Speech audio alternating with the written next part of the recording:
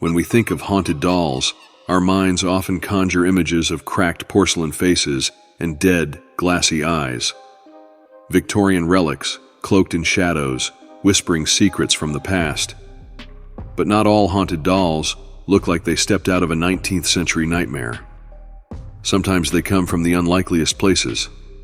Take the story of a family in Houston, Texas, whose lives were forever altered by what seemed like an innocent Christmas gift: a Disney Frozen Elsa doll. Not all hauntings begin in old, decaying houses. Sometimes they begin with the things we bring into our homes. Objects we trust, objects we cherish. This is the story of a family in Houston, Texas, whose lives were forever changed by what seemed like a harmless Christmas gift: a Disney Frozen Elsa doll. It was Christmas morning, 2013. The living room was alive with laughter. Wrapping paper littered the floor as a young girl tore open her most anticipated gift: a Disney Frozen Elsa doll.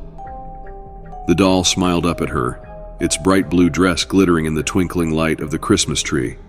"Mom, Dad, it's Elsa. She's so pretty." The little girl's excitement was infectious. She pressed the button on Elsa's chest, and the doll sang its iconic song, "Let It Go." Her voice filled the room, cheerful and full of life. In that moment, nobody could have imagined the nightmare they had just welcomed into their home. Elsa quickly became the little girl's favorite toy. She carried her everywhere, even sleeping with the doll tucked under her arm. But by 2015, things started to change. The first sign came when Elsa refused to sing on command. The family brushed it off as a technical glitch, but soon, Elsa began singing by herself, at odd times and without anyone pressing her button. "It's just broken. We'll replace the batteries." But new batteries didn't help. Instead, Elsa began alternating between singing in English and Spanish, something she was never programmed to do. The cheerful voice had taken on a warped, almost mocking tone. By 2019, the family's unease had turned to fear. Elsa's songs would start in the middle of the night, waking the household. Sometimes the doll would go silent for days, only to suddenly spring to life. It wasn't just the singing either. They began finding Elsa in places they hadn't left her: on the kitchen counter, in the daughter's closet, or on the stairs. At first, they thought someone in the family was moving her as a joke, but no one confessed. "Who keeps moving this thing? It's not funny anymore." The truth began to sink in. The doll was moving on its own. Determined to end the madness, the family decided to throw Elsa away. The father placed her in a trash bag, sealed it tightly, and threw it in the outdoor bin. For the first time in months, the house felt normal again. But their relief didn't last long. "Mom, Elsa's back." They found her days later, sitting upright in the living room, her unblinking eyes fixed on the couch. Nobody knew how she got there. The trash had been collected. The bin was empty. Growing desperate, the family reached out to a friend, a collector of unusual items, who offered to take the doll off their hands. They carefully packed Elsa in a box, sealing it with tape, and shipped her away. For a few weeks, the family felt at peace, but their friend called them one night with a chilling revelation. "That doll you sent me, it's back at your house. I swear it's not here anymore." Fear crept back into their lives as they realized Elsa had returned yet again. The doll seemed unstoppable. The family decided to destroy the doll. Late one night, they built a fire in their backyard and threw Elsa into the flames. Her dress melted, her plastic body bubbled, but her face, her haunting, unscathed face, remained. The fire had no effect. Elsa was invincible. Finally, they decided to send Elsa far away, to an unknown location, hoping the doll would never return. For now, the house is quiet. But the family lives in constant fear, waiting for the day they'll find Elsa in their home again. They don't know how she comes back. They don't know why. All they know is, she always does. Some objects are more than they appear. Some carry a darkness that can't be explained. This family thought they were buying their daughter happiness. Instead, they invited a nightmare into their home. The next time you hear a toy singing in the dark, ask yourself, is it really just a toy? The doll wasn't just moving or singing anymore. It felt alive. Objects around the house began to shift on their own. The family would find picture frames knocked over, furniture slightly moved, and doors that had been locked mysteriously left ajar. But it was the voices that truly broke their sense of safety. "Mom, I think I heard her talking to me last night." The little girl swore she heard Elsa whisper her name in the dark. At first, the parents dismissed it as a child's imagination. But then, the mother started hearing it too.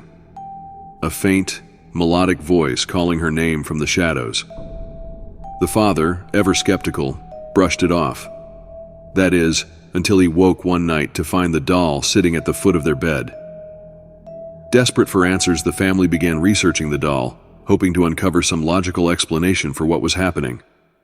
They found stories of similar experiences, objects moving on their own, toys that seemed to have a mind of their own. But one story caught their attention. A tale of another Elsa doll, sold in the same region, that had been blamed for a series of tragedies. The doll had belonged to a family who claimed it was cursed, bringing illness and bad luck. They too had tried to get rid of it, only to have it return. Could it be the same one? Number, that's impossible. The connection was impossible to ignore. The family began to believe they hadn't just bought a doll, they had inherited a curse. As weeks turned into months, the doll's presence began to affect the family's mental health. The little girl, once full of joy, became withdrawn and quiet. She refused to sleep in her room, terrified of being near Elsa. The parents started arguing more frequently, their nerves frayed by sleepless nights and the constant fear of what Elsa might do next. Even the family dog, normally cheerful, began cowering and growling whenever the doll was near. "This is tearing us apart. We have to end this, somehow."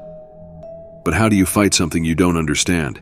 How do you stop something that refuses to be destroyed? In their desperation, the family turned to a paranormal expert. A local medium agreed to visit the house, her expression turning grim the moment she stepped inside. The medium claimed the doll carried a dark energy, a presence that was feeding off the family's fear. She performed a cleansing ritual, chanting over the doll and sealing it in a blessed box. For a moment, it seemed like the nightmare was over. "Do not open this box. Keep it sealed and take it far away." The family followed her instructions, placing the sealed box in a storage unit miles away. But even that wasn't enough. Months passed without incident. The family began to relax, believing they had finally rid themselves of Elsa. But one night, a knock came at the door. The father opened it to find no one there, only a box, sealed with the same tape they had used months ago. He hesitated, his heart pounding, before prying it open. Inside was Elsa, her blue dress pristine, her unblinking eyes staring back at him. How is this possible? That was the last straw. The family packed their belongings and moved far away, leaving Elsa and their memories behind. For now, the doll remains in that house, waiting for its next victim. Some objects aren't just possessions. They carry something darker, something that defies explanation. The Houston family thought they were buying happiness. Instead, they brought a curse into their lives. Elsa still exists out there waiting. Perhaps she's in another home now, singing her cheerful song, biding her time. The next time you hear a toy in the dark, ask yourself, are you truly alone? Are you truly